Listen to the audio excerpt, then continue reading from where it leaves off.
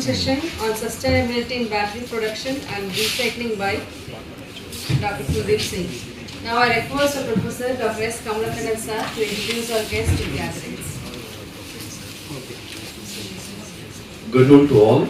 It's my pleasure to introduce our eminent resource person, Dr. Fdp Singh, a principal scientist at CSIR, Central Electrochemical Research Institute, Chennai.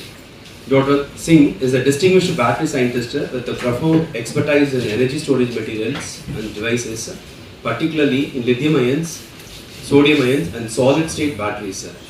Dr. Singh earned his PhD in chemistry from the University of Delhi, focusing on the synthesis of conducting ferromagnetic polymer nanocomposites.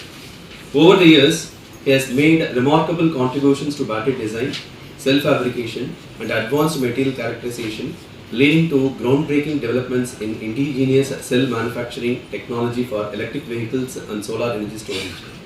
With over 20 years of experience, Dr. Singh has led prestigious projects in collaboration with distinguished organizations like Rasi Solar Energy. His research encompasses solid-state lithium-ion cells, high-energy density materials, and innovative electrolyte formulation. A creative author, Dr. Singh has published more than 70 research papers in reputed journals and holds multiple patents in battery technology.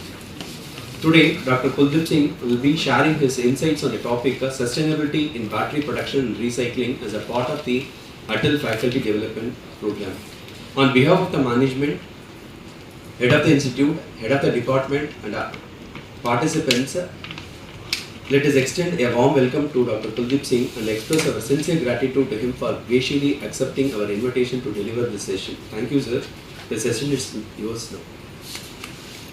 Good afternoon, sir. Thank you for your courtesy and introducing me this august audience.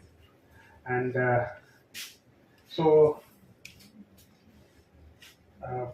I think this today's topic is very, very important because this sustainability development it's a UN. It is one of the goals among the UN 7 goals. Okay, so everybody is looking for clean, green environment. Okay, so you have seen that from last 5 years, lot of transition is happening from automobile, especially in automobile sector. So the IC engine is getting converted to battery operated vehicles. So today, I'm just going to talk about sustainability in battery production and recycling of the lithium-ion batteries.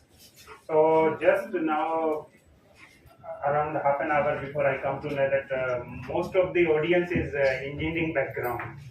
So kindly bear with me because this topic is more in material science. I will try to keep my talk as simple as I can. Okay, if anyone has a doubt, especially student, if they feel something difficult to understand, feel free to talk because we have sufficient time for this lecture. And this is the upcoming research area. And because now you are after college, you will be having a lot of potential to start some startups. Okay, so lithium-ion battery and recycling is a big area where a lot of possibilities for startups to have innovative ideas. Okay, so here, without doing further delay, I'm just moving to my talk. So I am coming from CSIR, Central Electrochemical Research Institute. Okay, this is CSIR SICRI, we call in short form. It is located in Karaikudi, but we have one center in Chennai also. And we are the first one in India to have a pilot line. Okay, so if you visit our campus, we have like a 10 megawatt lithium-ion cell production line. So this is the first in India. Right now, you may be listening that government is giving a lot of PLI schemes, production link incentives. So in the production link incentives, so Ola Electric you are using, Ola scooters, Access Energy, TVS, Bajaj, Hero, all these fellows are making use of lithium-ion battery. Okay, but you will be surprised. Right now there is no cell manufacturing in India. Okay, and if you see A lot of things is happening. Even you are using mobile which has a lithium-ion battery. Your day start and end with the battery only, right? So when we are moving we are right now in a transition phase, like especially after COVID, we are in this energy transition phase. And lithium-ion battery, then upcoming technology is sodium-ion battery, then solid-state lithium-ion batteries, and this lithium-sulfur battery. These are some upcoming technologies which will be powering every equipment in future. But if you see, being 140 crores populations, fifth largest economy, we don't have a single lithium-ion cell manufacturing plant. So government has come up with this PLI scheme. So now nearly 18 companies are working and they are going to set up their manufacturing units. And you should feel proud that Tamil Nadu is going to be the hub of lithium-ion batteries or EV sectors. There are many companies are going to set up in Tamil Nadu, like Ola. They have set up plant in Krishnagiri, and they have a vision to set up 20 gigawatt line. Now, this especially today's topic is recycling. So for recycling, there is a company called Loham that also coming near Hosur. Okay, now last month Foxconn has also tied up with the Tamil Nadu government and they are setting up nearly 20 gigawatt line. Okay, now these terms gigawatt, megawatt, you may be thinking very small. In my presentation, you will understand if I am setting up a gigawatt plant, it will generate nearly 1 gigawatt factory will generate more than 10,000 employment. And indirectly, it may be like 50,000 to 60. So a lot of revolution is coming in this segment. So I am coming from CSIR Sikri, and it is a key player for electrochemistry. CSIR Sikri is the 7th largest research institute in Asia, totally dedicated for electrochemistry. Our alumni, our student, you can find in Tesla, Google, Apple, everywhere you can find. Okay. So in CSIR Sikri, we are working on advanced technology like lithium-ion, which include lithium iron phosphate, NMC, NCA, LPA, LCO, and LTO. This lithium sulfur, sodium-ion batteries, and all solid-state batteries. These are the some upcoming battery technologies you will see in 3 to 4 years. Okay. Then we have aluminum-ion batteries, metal air zinc batteries, redox flow, hydrogen storage, then fuel cells, then so all these you just tell the name of the energy storage technology we are working. Okay, and so all these technologies have a great opportunities for the startup companies. Okay, so but again there is some challenges for the startups because all these technologies is a high-end deep tech technologies. Okay, and these being deep tech technologies, they need high R&D cost, and the competition is very high because in a social media or AI generations, so you can see the competition is very high.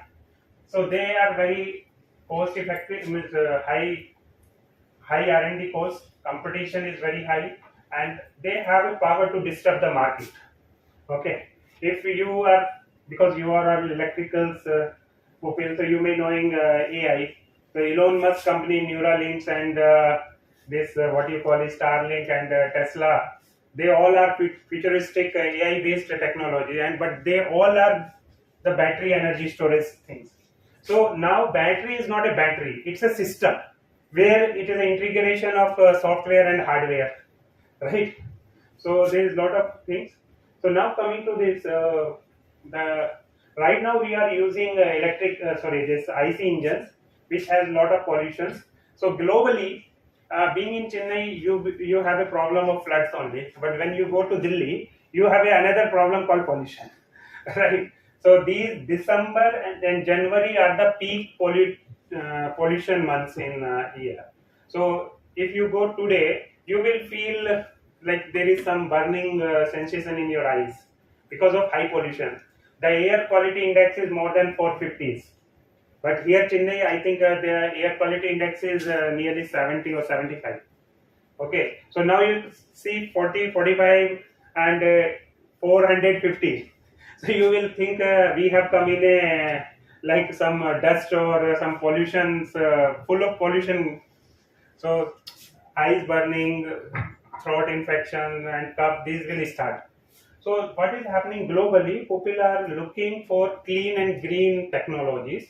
So globally, last year, this COP26 meeting happened, and there our Prime Minister has announced five mantras, which is called India's five mantras.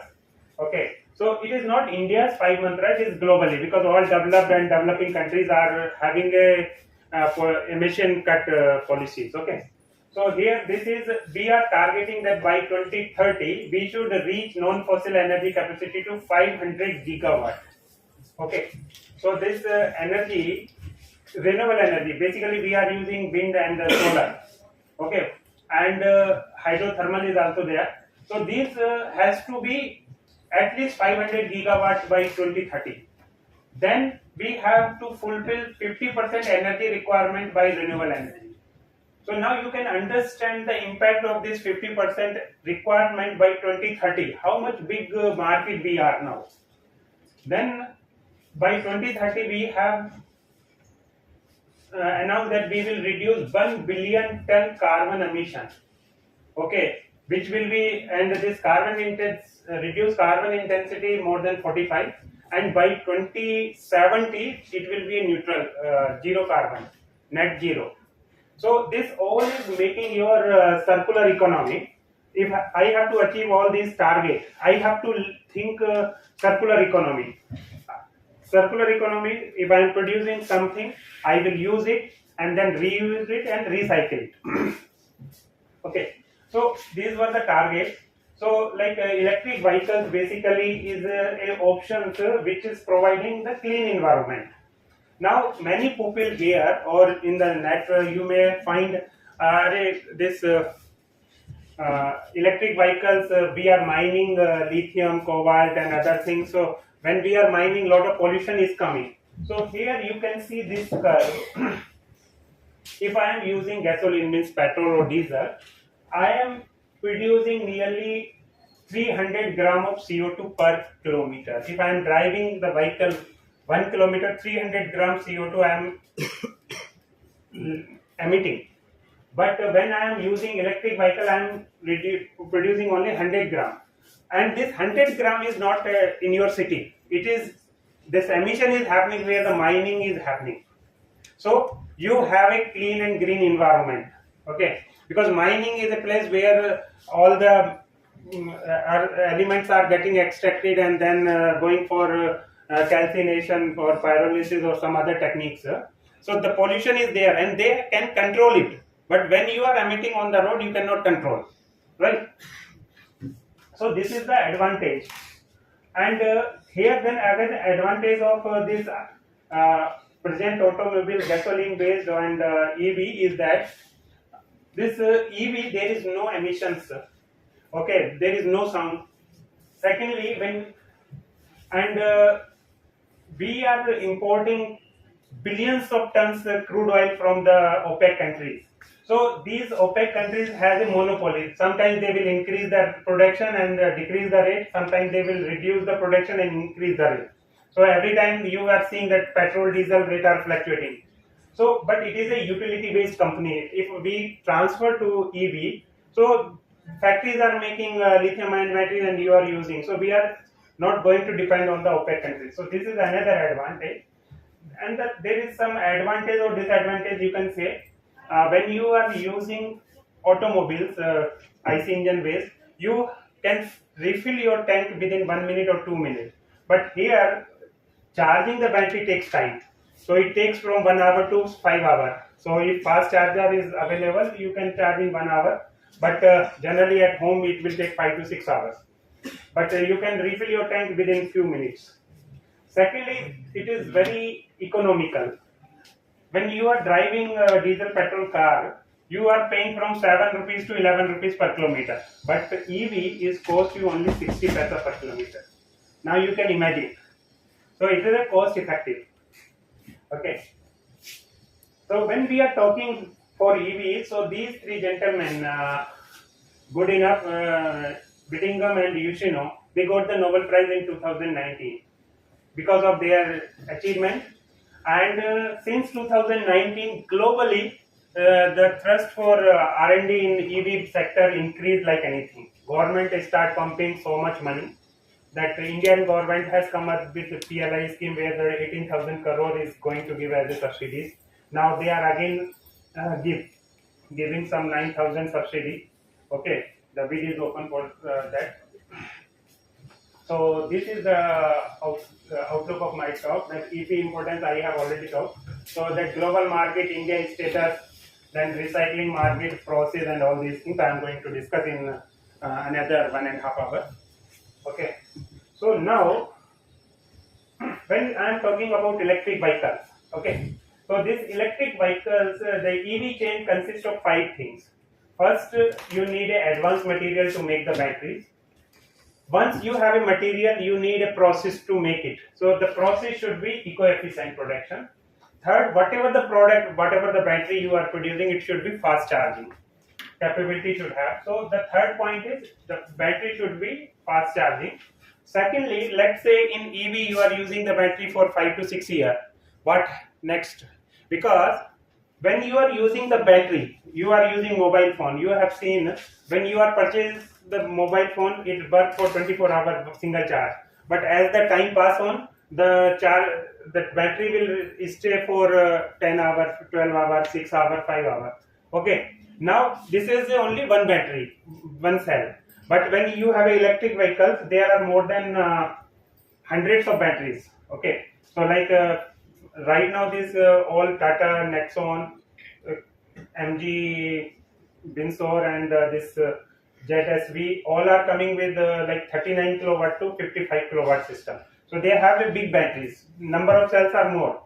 Okay. So initially Tesla came with 18650 cell, which has 7,000 number of cells in 2016. Now it has reduced to 100 cells. Okay. So now if my battery has 100 cell and my mileage has gone down, so it is not that all the cell has gone bad. There is some, still they have like 80% of energy. So what I have to see, I have to use this cells in a second line. So we use that is called second use of EV batteries. So this is another area where lot of potential is available. Like right now, if you see 3 years back, whatever the electric vehicle comes in the market, they announced that we will give a warranty of 3 years only. Now today they are giving 8 years warranty. Okay. Now after 8 years of warranty, whatever the number of batteries whatever the number of vehicles they have sold out, all the batteries may be giving the half mileage. You can collect these batteries, dismantle it and make a solar storage product where they will give more durations. So this will be the second use of the battery. So here lot of potential use of AI to shorting and doing the work. And after using second life in 7-8 years, then it is going for recycling. So this whole chain, like if I am making a battery today, it will take to get recycled after 10 to 15 years. Okay. So 15 years only this is going to get the recycling. Now, if we see, as we are moving ahead, the technology is getting more advanced and more mature.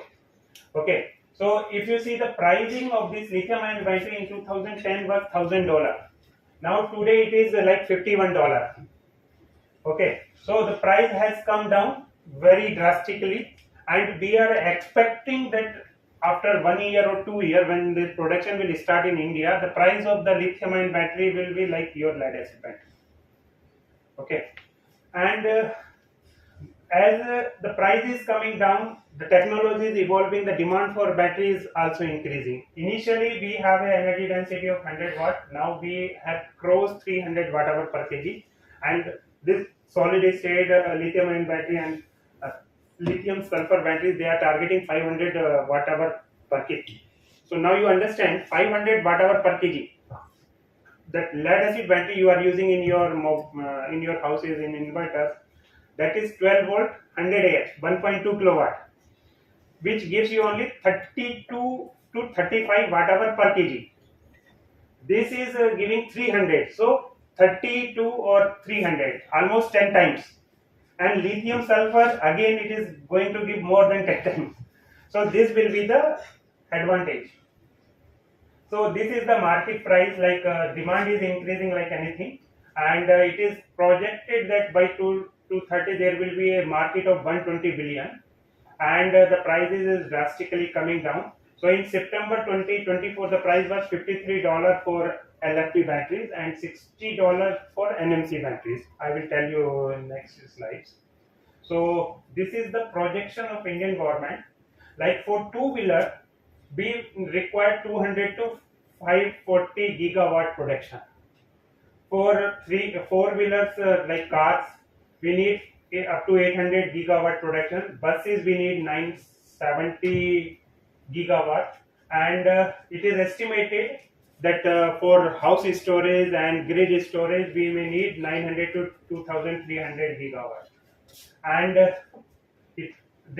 because of COVID, this production scheme was delayed, and this factory setting up also delayed. So they have targeted that by 2030 we may have 22 gigawatt of energy requirement in storage. These are the some companies who are working for cell productions. So like Reliance has 20 gigawatt productions announcement. This Nest Energy already start production in Bangalore, so they are doing alpha and beta testing. And this Ola, already 20 gigawatt in Krishnagiri.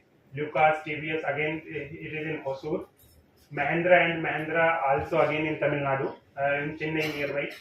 Okay, Amar Raja, Exide, they are in Bangalore and Hyderabad. Rajesh Export in Karnataka, and L&T and IPCL. So all these are some list. Nearly 18 companies are going to produce lithium-ion cells. Okay, and this is the forecast of Indian market. Like electric motors for EVs, you need electric motor, which has nearly 1.23 billion market in 2025. Batteries is 1.86 billion. You will be surprised. Like we are importing all the batteries from China, and more than thousands of battery pack assemblers are there. And last year data shows that we have imported more than 20,000 crore worth batteries from China. Okay, so and these all batteries are in e-rickshaw and three-wheelers kind of things. Now this power electronics, again 1.47 billions, charging stations 0.23 billions. So charging station is something like which is stopping the usage of the EVs. So when you are purchasing the electric vehicle, you think, "Sorry, where I will be charging? If I go from Chennai to Bangalore, 350 kilometer I need." So, but when you go from Chennai to Bangalore, you will have a number of charging points. But again, you will think, "Who will stop for half an hour or 1 hour?" Okay. So now the requirement of fast charging is going on.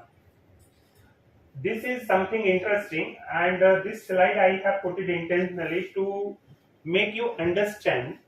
You just see, this is the sales data of May 24. Okay, in two-wheeler, whatever two-wheeler you are using, it may have a battery pack from 1 kilowatt to 2.5 kilowatt, and some high speed have 3 to 3.5. I am taking average of let's say 2.5 kilowatt. Okay. This one scooter two-wheeler is using 2.5 kilowatt, and every month they are selling nearly like 64,000 units. Okay, now you just see 2.5 kilowatt and 64,000 unit. If you convert into megawatt, it is coming nearly 160 megawatt lithium-ion cell production. Okay, now this is 1 month requirement. This much of batteries you are only one companies are using. Now there are more than 10 companies. Okay, so if you take average, nearly 2 gigawatt battery is going to install in this 24 years, 2024. Now this figure you keep in mind that we need 2 gigawatt batteries. Okay. one slide. Now 1 gigawatt equal to 1 kilowatt. Another unit is megawatt. So 1 megawatt is equal to 1000 kilowatt. 1000 megawatt equal to 1 gigawatt. So 1 gigawatt is equal to 1 into 60. 10 lakh, no, 1000 into 1000. Now for making 1 kilowatt battery, I need 2 kg of cathode material. You just multiply with this number. Okay, so nearly 1 gigawatt factory need 2000 ton of material. Okay, now our requirement as per this projection is how much? Nearly 200 gigawatt. I am taking lower number. So 1 gigawatt need 2000 ton, and 200 companies how much may need? 2000 into 200. This much number of tons. So if in India for materials hundreds of companies will come, they are not able to fulfill the demand. This is one part. Now in India we don't have a lithium resources. Recently we find some resources in Mandya, Karnataka, in Kashmir Reach area, okay, and then some Chhattisgarh, which Indian government is projecting that we have 5.9 million tons of lithium resource. But that mining of that lithium to use in the battery, it will take 10 years. Means like it is a ore. You have the quality of ore, and it is called the G2 grade. So G2 grade has to convert into G4 grade, which will need a R&D of 10 years. So still 10 years I don't have a lithium resource. I am dependent on China, right? So now what is the importance? Now I need 2000 tons for 1 gigawatt. I need 200 gigawatt. So this much lithium, if whatever the batteries I am using, if I recycle, I can make use of that. So I am not going to mine again. Mining will not be happening. So the cost of production will be 1/10. Okay. So what we used to see, when I am using a battery, the 40% cost of the vehicle is your battery. Let's say if you are purchasing a car which is cost you 10 lakh, that 4 lakh cost is your battery. Now out of this 4 lakh battery, 60% cost is your cathode material, which is lithium salt. Okay, so this much requirement. Now we are in, this is the requirement of India. Now just think for globally, the demand is enormous. Okay, so how much mining of earth will take place?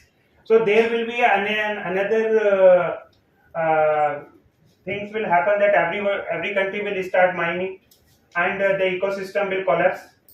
So that's why to stop it, the recycling of the battery is important. Okay, and government is planning, like they are coming with so many incentives like Fame India. When every 1 kilowatt you will get a subsidy of 10,000. Okay, so like if I am using a car which having 50 kilowatt, so 50 into 10, nearly 5 lakh subsidies I can get it. Okay, so whatever the electric vehicles, because this corporate sector play gimmicks, so they are not passing on the subsidies to the customer, but still they are getting the advantage. Okay, so government is coming up with so many schemes like Fame India, PLI scheme, where 18,000 crore they have already given to 3 companies. Now 9,000 crore they are giving again. Then they have battery swapping policy, and that at state level, like your Tamil Nadu is giving maximum subsidy of like 35% of your investment. So center is giving subsidies, state is giving subsidies. All these subsidies are promoting the EV growth. So you will be surprised, India is the 5th largest economy as well as 5th largest industry of automobiles. Okay, and we are aimed that by 2030 we should be the 3rd largest. Okay, and But when we are using this EV, there are so many challenges. So the one challenge is range.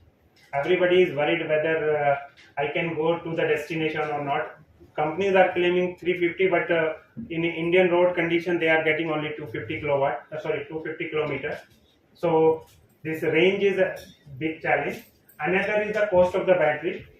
You will be surprised that this last 2-3 months you are seeing a lot of heavy discount on EVs, right? The reason being is the price of lithium-ion battery has reduced from 139 kilowatt to $139 per kilowatt to $51. Okay, so that's why the price of the vehicle has come down. So the cost of battery is still very high, and it is projected that it will be less than 40 in coming days. So this is a challenge, and then the main challenge is the supply chain. So we don't have lithium resources. For NMC battery we need cobalt, manganese, that also we don't have. So the supply chain is a big challenge. Even the graphite, India has so many graphite industries, but that graphite is not of battery grade. Okay. And then charging infrastructure we are lacking. We lack service and safety measurements. So these are some challenges which are stopping the growth of EV. But slowly, every day improvement is happening, and technology is evolving. So these challenges will be out in coming 2-3 years. Now, this is very important actually. So when we are talking about any technology, any product, so especially lithium-ion cells, okay, this may be, it is just like it is putting on a table which has a 4 lakhs, like technology is 1 lakh, another is plant and machinery, raw material, and the environmental condition. So these are the 4 pillars of this product. Okay, so now if I want to make a lithium-ion battery, I need a technology. Okay, and which technology? It is LFP based, NMCA, NCA, LMO. These are the cathode material which are the main dominating. So these days two-wheeler are using NMC batteries. Okay, you may have listened like 1 year back, there are a lot of two-wheelers are getting blasted. All were NMC based. So NMC is thermodynamically unstable as per Indian conditions. But this LFP is good for India. Now all people has reduced the NMC use, and they all are using LFP use. So the accident has reduced. So this technology is only available at CSIR, SICRI, and ISRO and ARCI. So these are the 3 research institutes where this lithium-ion cell technology is available. Okay. Then it can be in any form, cylindrical, pouch, or prismatic. Then another lag is your this plant and machinery. So we need different equipment like mixer, coater, calender, insulating machine, all these things. Then raw materials for any battery, there are 2 terminals, positive terminal and negative terminal. This cathode, anode, electrolyte separator. And then lithium-ion lead-acid battery, the price is low because you can make lithium lead-acid battery in open environment. But for making lithium-ion battery, you need dry rooms where the humidity is less than 1%. Okay, the dew point will be nearly more than minus 42 degree.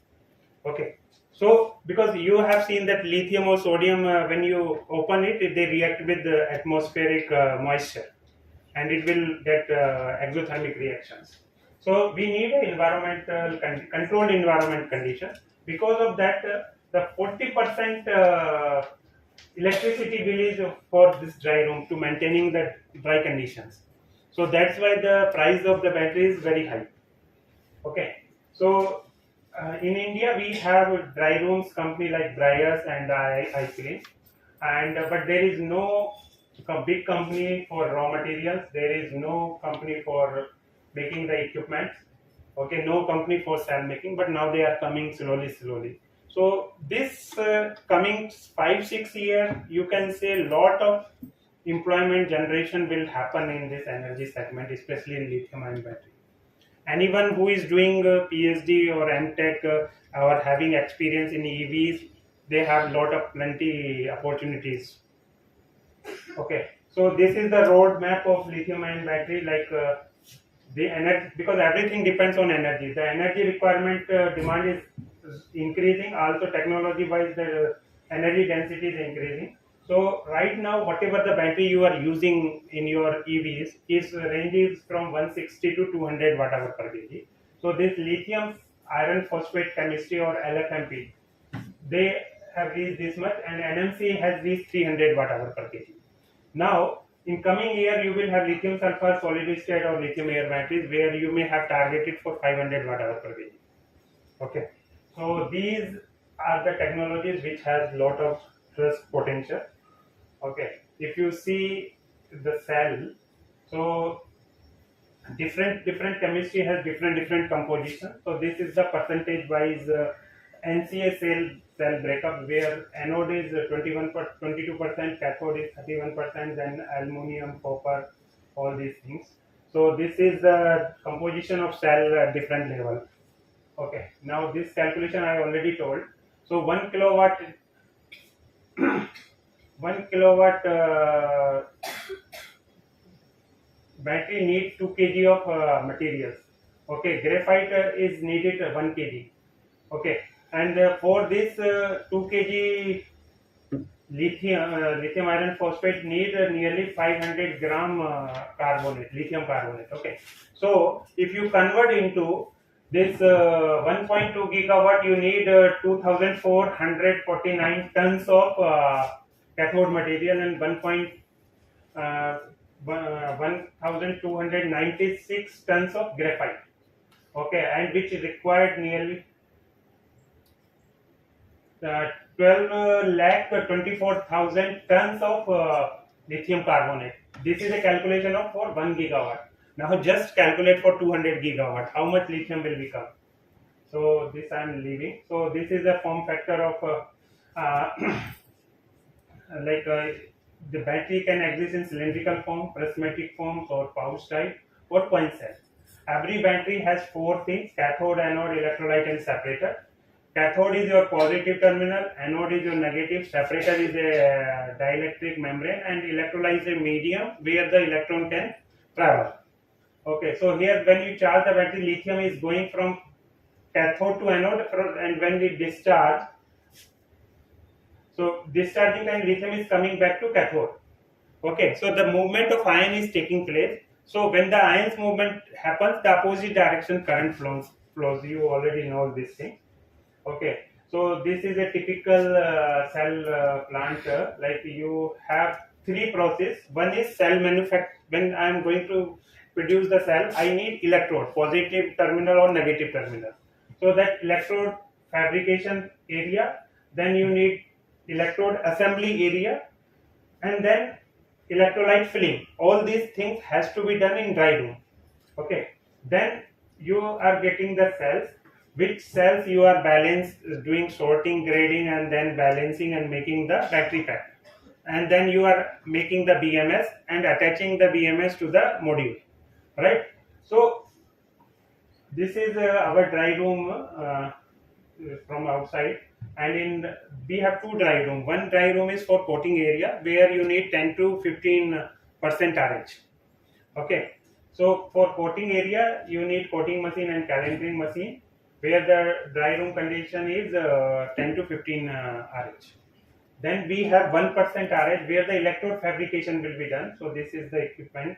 So this is 1% RH. Okay. So as you know that for 2-wheeler you need 2.5 kilowatt, 3-wheelers like 6 kilowatt, and 4-wheelers now it has increased from 16 kilowatt to 55. Even Tesla is giving 85 kilowatt. Okay. So more battery, more range. BYD has come with more than 100 kilowatt system, so they are claiming 1000 kilometer in a single run. Okay. Then buses, 12-meter buses, they have more than 250 kilowatt battery pack. Okay. So for making battery, you need material, then you need cells, then you need battery pack where your BMS, TMS will come.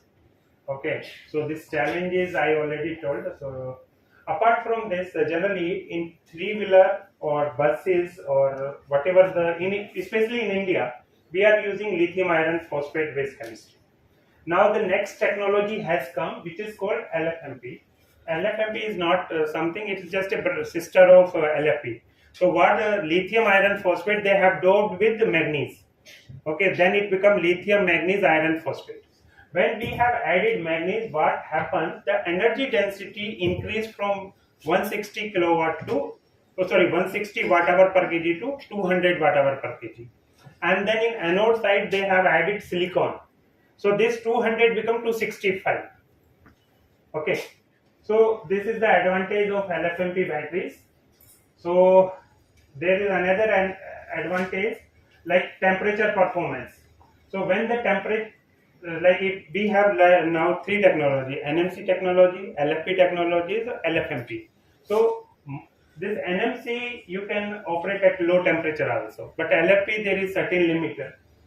But when I am adding manganese, so this battery can be used up to minus 20 degree and can work up to 60 degree high temperature.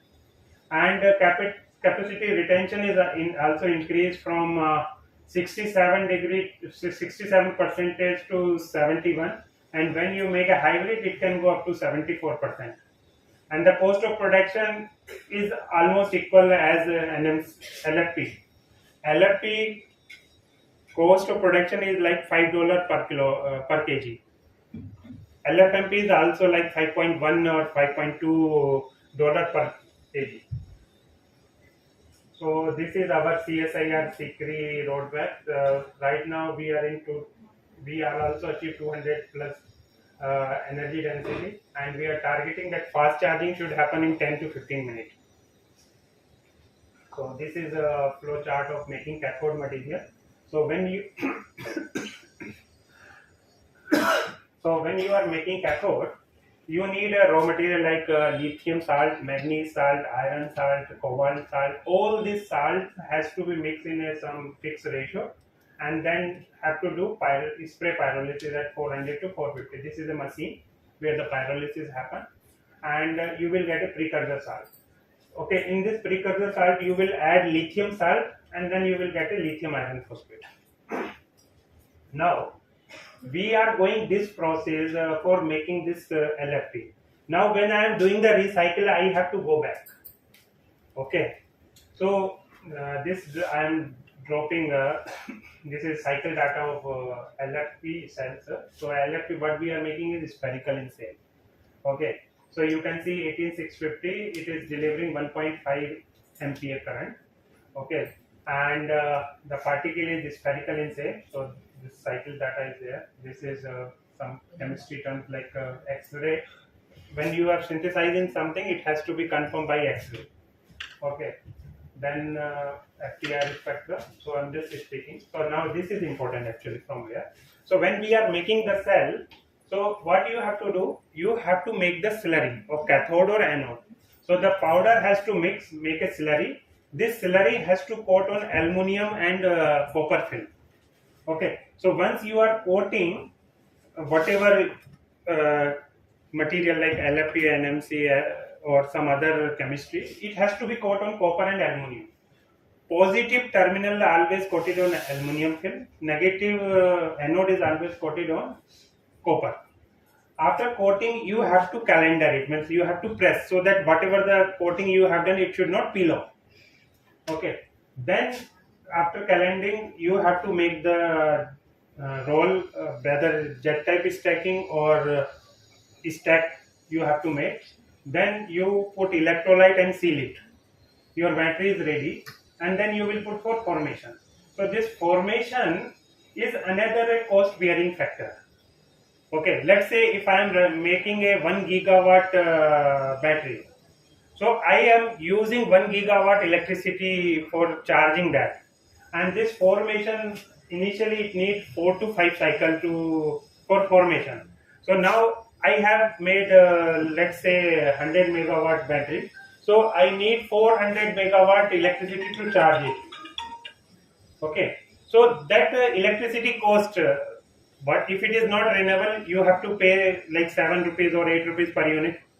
Okay, so 1 kilowatt just convert into megawatt hours or gigawatt hours, you will get it. So this formation and condition is another area where more research is happening so that we can reduce the cost of manufacturing. So this is some. So what we have done in this process of coating, generally we need solvent to make the slurry. This solvent is organic. So this organic solvent cost you like 500 to 600 rupees per liter. So what we thought, we have to make the slurry only. Now why not we use water? Water is freely available, so we can reduce the cost of cell manufacturing again 10 to 15%. Okay, so we did some experiment and got some good result. And these cells we put it in solar street light and it's working nicely. So now when your battery is ready, it has to recycle, right? So like generally as per standard, if the battery performance has gone down to below 80%, it has to be replaced. Okay, so now if I am having a car which has 50 kilowatt battery and I have drive more than 1 lakh kilometer in 5 year or 6 year. Now this company is giving a warranty of 8 years. So in 8 years the battery will use 20% of its energy, so the retention will be like 80%. So that BMS and everything will not match with the back cells, right? So now this battery has to be dismantled and used for the second life. The second life will be in low energy segment like solar or grid or some lighter applications. Okay, so now if I have to make another battery, I need that much of lithium salt, right? So it will be like I have to mine it again, so again I am creating a pollution. So the another use is like when I have used the second life, whatever in direct recycling, what is happening? You just have a battery. Let's say you have this battery. What you will do? First process will be like sir having a car which has a 50 kilowatt battery. This 50 kilowatt battery will be of this size, right? So when the battery is coming for recycling, the first process will be the dismantling of the battery. Once you have dismantled, it will be done manually.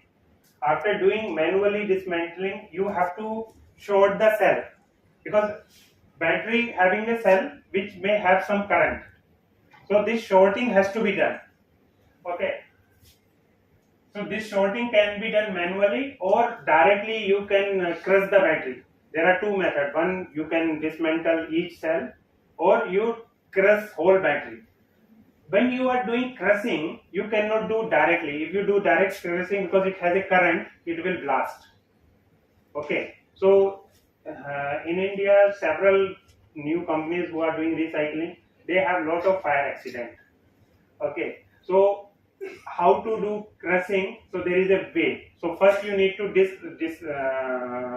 discharge the battery fully. Okay. And then you have to crush. So the crushing can be done wet crushing or dry crushing. So generally dry crushing is preferred, but still some companies used to do wet crushing. So for wet crushing they use NMP, DMF, DMAC, DMSO solvent. Okay. After this crushing, what you will do, you will get a, let's say here. So this is a process for, so this is your spent battery. So first, based on your sorting, you will check the battery conditions, how much is this charged or discharged. So you will go for manual dismantling or crushing. If you are doing manual crushing, manual dismantling, so you can separate cathode and anode separately. So the process is tedious, but you will get more pure materials. But in crushing, what you will do? You will just take all the cell, put in a shredder, will a powder.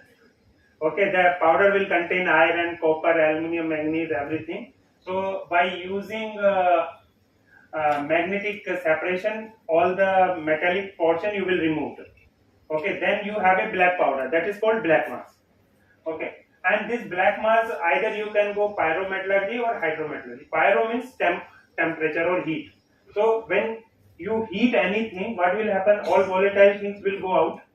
Okay, let's say if I have to heat this LFP NMC battery, what it is? It has graphite, it has lithium, nickel, manganese, cobalt oxide. Okay, So graphite, when I am heating, all the graphite is a carbon, it will convert into CO2. So I am emitting all the CO2 into the atmosphere. So I am telling my process should be green, but I am doing the emission. And this graphite is just burning, I am misusing my resources. And this burning need 800-degree temperature. So for getting 800 temperature, you again have to put a furnace, electricity and all these things. So the cost of this pyrometallurgical method is very high. So what they did, they come up with the hydrometallurgy. Hydro means water. Water-based solution, you make it, then extract. So this process right now is mostly used. But again, it is a little bit costly affair. So now direct recycling is coming in picture. You no need to burn, you no need to this. You just get the black mass. First crush get a fine powder. From that, you see how much lithium is missing. You just refill it.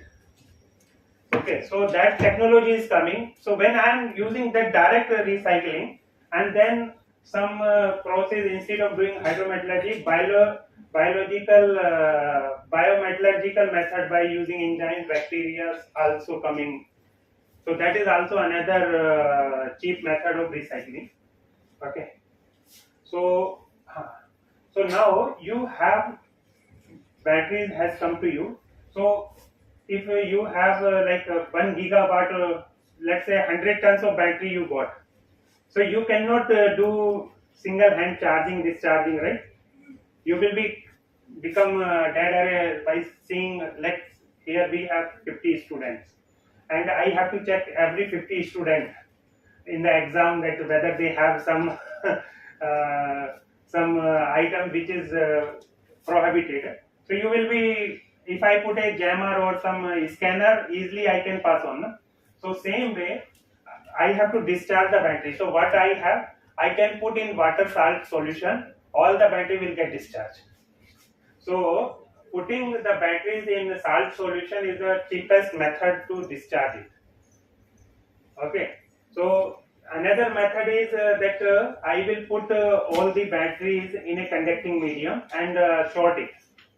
So that graphite powder I will take, all the cells I will put in graphite powder and will pass current. So what will happen, graphite is conducting and heat also generate, it can bear. So my battery will get fully discharged. But this graphite method is not, because in water putting salt, no, your common salt NaCl, table salt you put, it is 1 rupees per kg, but 1 kg graphite may be 10 rupees. So salt solution is cheaper method for direct discharging. Then after discharging, you have to dismantle. So what disassembly, what I can do, I have to crush it and grind it.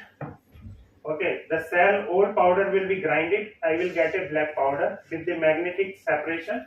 I will short it out all the metallic piece, and then whatever the leftover is a black mass. So this spent battery shredding I am making by using magnet. I am removing the aluminum, this iron casing. Okay, and then I will get a particle size of like more than 0.5 mm. So this 5 mm particle size I will do ball milling. Like you are making the floors like this thing. Spices you grind it. So ball milling I will do. I will get a particle size of less than 2 mm. And this again I will do the ball milling. I will get like 10 to 40 micron size. So this black powder, what is we call, it is called black mass. If this is the black mass where I have a graphite, I have a lithium, I have a cobalt, nickel, manganese. So this is the characterization of black mass. So no need to go. So this is important. From this black mass you can see nickel is 3.5%, iron is 0.1%, because we have removed these with the magnet we have removed this iron, but still there are some traces of iron is there.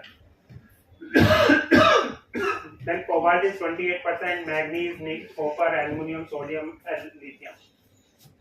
So like that we will have different elements. Now this element I have to convert into again NMC or LFP. Okay. So the one method is pyrometallurgy. This method is nowadays nobody is using, but for just this thing. So what we have to do, we make a black mass. This black mass, whatever we are getting now, this black mass has to put in high temperature furnaces and heat do the smelting at high temperature. So we will get a aluminium, cobalt, nickel alloy. But in this we are going to lose the lithium. We will not recover the lithium. So first, it is a costly affair. Secondly, it is creating a pollution. Third, we are not getting the lithium. So that's why this biological method is now nobody is using. But older days they are using because they don't know how to do the recycling like 5 years back, 10 years back. Okay, and this they used to think instead of putting this cell in the soil, it is better to do. At least we are getting something. This is the most important method which is rightly used by 90%, 95% companies. Okay. So here what we having a active material which we call black mass. Now this black mass has carbon and your metal salt. So what we used to do, we do first step leaching. Leaching is nothing, we are putting in an acid solution. Okay, like sulfuric acid, nitric acid and hydrochloric acid. So what will happen, acid has a property, all the metals will dissolve it. So all the metal will get dissolved. Carbon will not dissolve. So all the metals has come in the solution and you get the graphite separately. Okay. Now this from this leaching, whatever the leachant you got it, based on that precipitation and extraction, you will get the different salts. So like first generally we used to precipitate lithium salt, then manganese, copper and cobalt. Okay. So there may be different techniques, different chemical method for doing this. Okay. So first is chemical co-precipitation method. Here I am like it is an acid-based chemistry. You have seen if I have a acid, anything which pH is more than 7 is basic in nature, pH is less than 7 is acidic in nature. Okay. If it is acid, if I add base, so it will precipitate salt form. Like you may have done in 10th standard, 12th standard, like HCl plus sodium hydroxide. HCl is acid, sodium hydroxide is basic in nature. So sodium will react with the chloride, form sodium chloride salt, and that hydrogen react with oxygen will form water. Right? So like we can do precipitation. Then another method is solvent extraction. So we will this liquid solution we will add certain different solvents. So this solvent extraction is what there. If I have a oil, okay, oil is added in water. There will be separate layer, right? So oil and water will not mix up. So when you mix together, I can use different solvent. The solubility will be different. So based on the solubility, I can extract the metals. Then ionic, this electrochemical method is another thing. Then ionic exchanger is there. So these are the 4 techniques by which you can recover the metals. So the first process is the leaching, which I have told you. The common leaching is sulfuric acid, hydrochloric, nitric acid. Then we have some oxidizing agent like hydrogen peroxide. Then solvent extraction, we have some certain solvent like DMS or DMSC and DME. So another is crystallizations, or by electrochemical method. You just apply the current and voltage. Every metal has a specific potential. So at that potential, it will get oxidized, right? So you will get deposition like everybody is using. We have seen that gold is coated on copper and silver, right? So if I have a gold bar and silver, I will apply a potential. Thus, gold will get deposit on silver or copper. Similarly, we can deposit these metals. Okay, so generally this whatever the salt we are recovering, so lithium is recovered as a lithium carbonate or lithium hydroxide or lithium sulfate.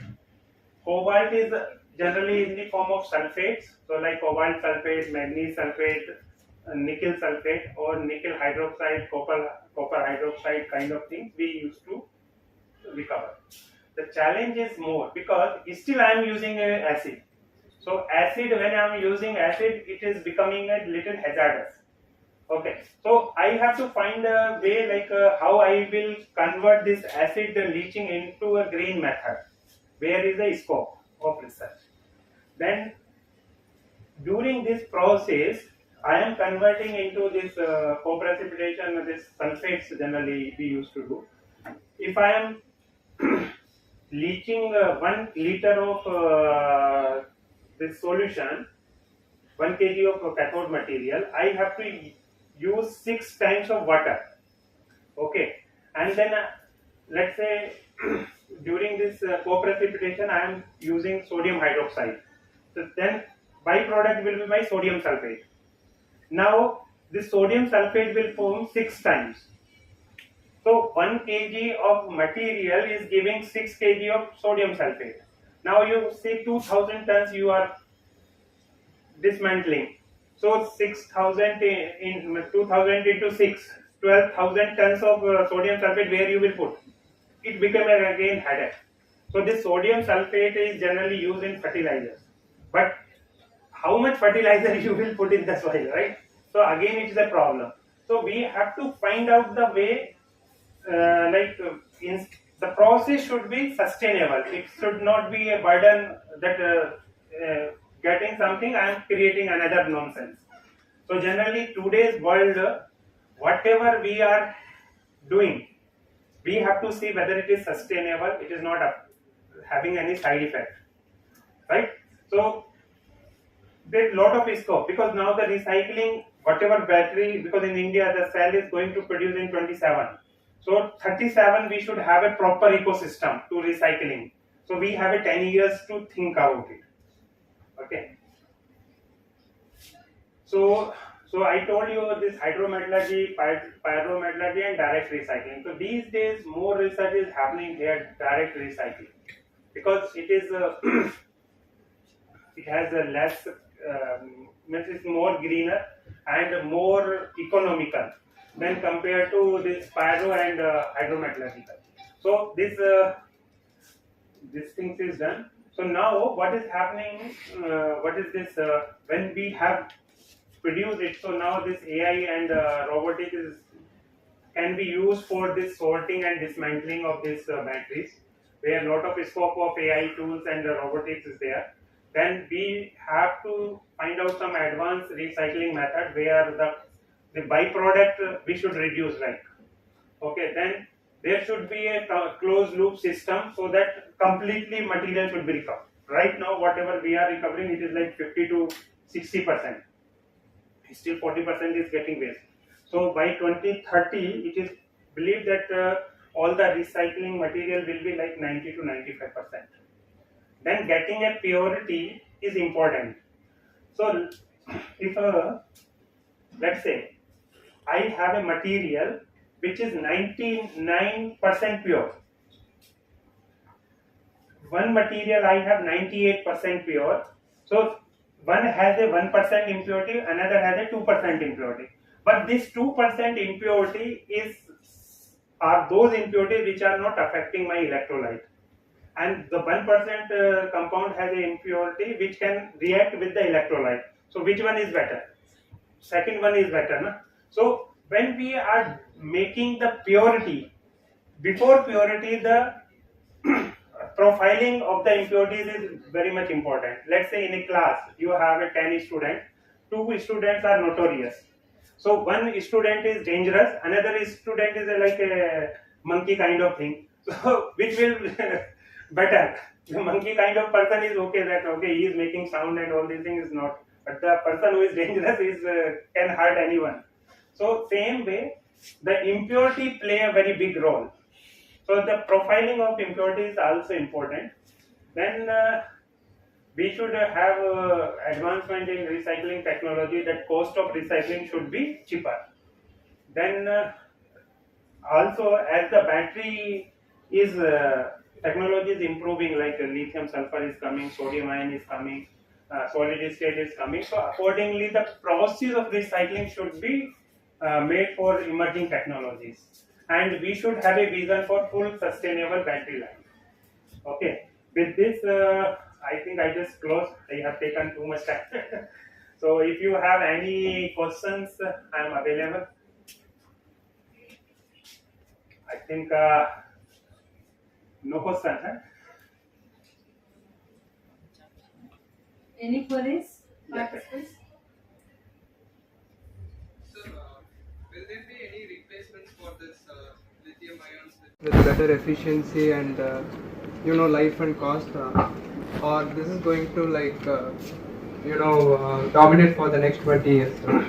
Actually, if you see, we have different types of batteries right now.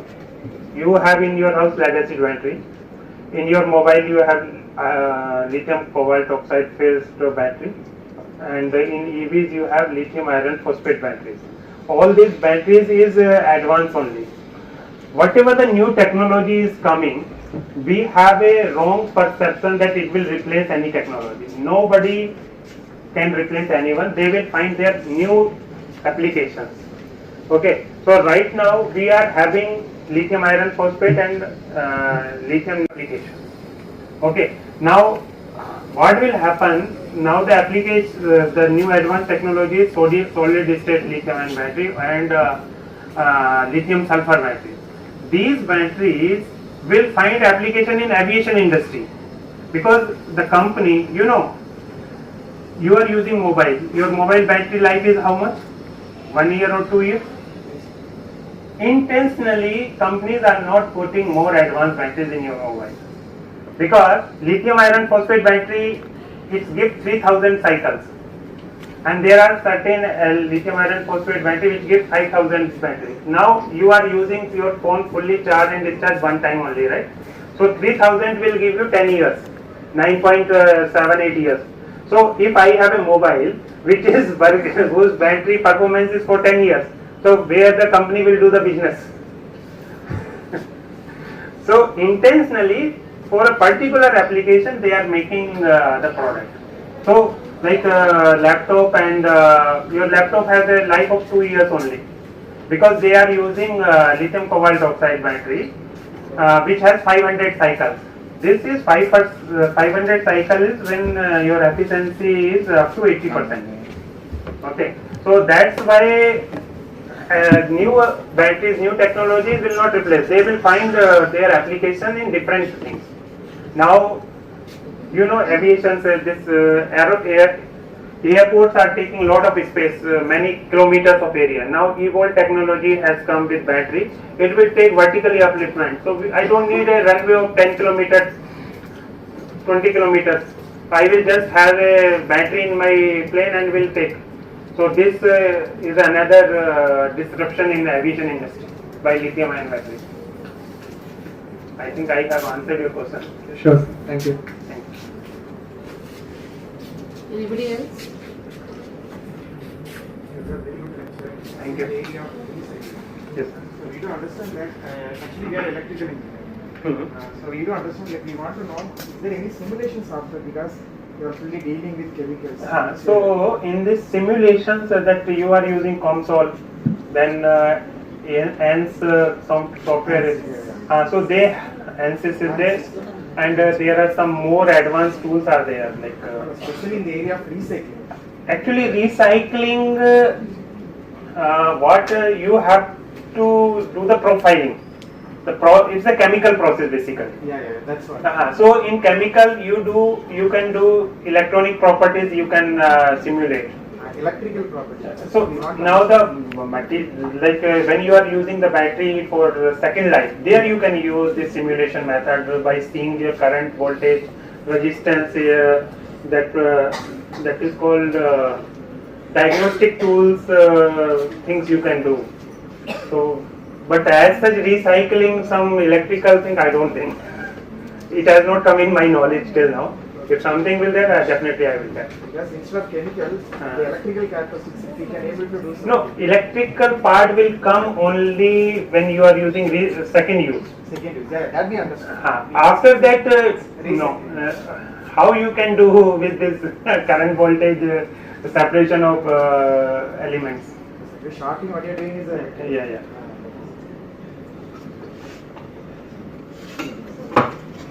So we are saying something EV grade cells and solar cells. Which chemistry will decide? No, it is like cell is the same. Okay, when I am making, let's say this is a cloth. Okay, I can make a shirt, I can make a pant. Cloth is the same, right? Yes. Design will be different. Okay. So same thing, chemistry is same. Okay. When I am processing, so the cell can be divided into energy cell and power cell. Okay. So for electric vehicle, I need power cell, because when you are driving, you are taking the load. Sometimes you will run fast, sometimes you will run slow, sometimes you will take more load, less load, incline, decline. So the battery, the cell should be capable of taking high current, Okay. like fast charging or deep discharging. Yes. So that is comes under a category we called power cells. EV grade cells.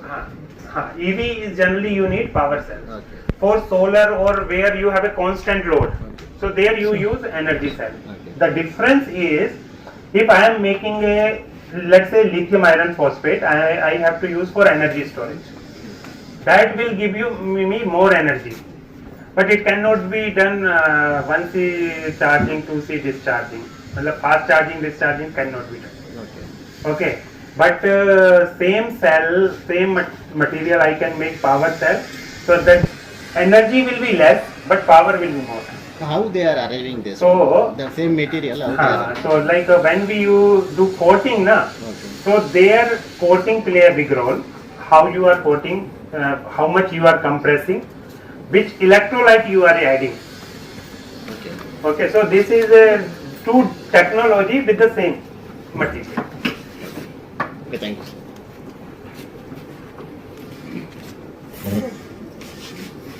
Will the performance be the same after recycling also? Yes.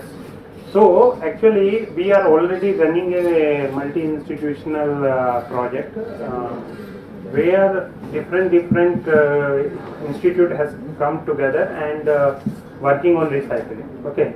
So now the target of this project is that whatever the material we are getting, they should be of mining grade.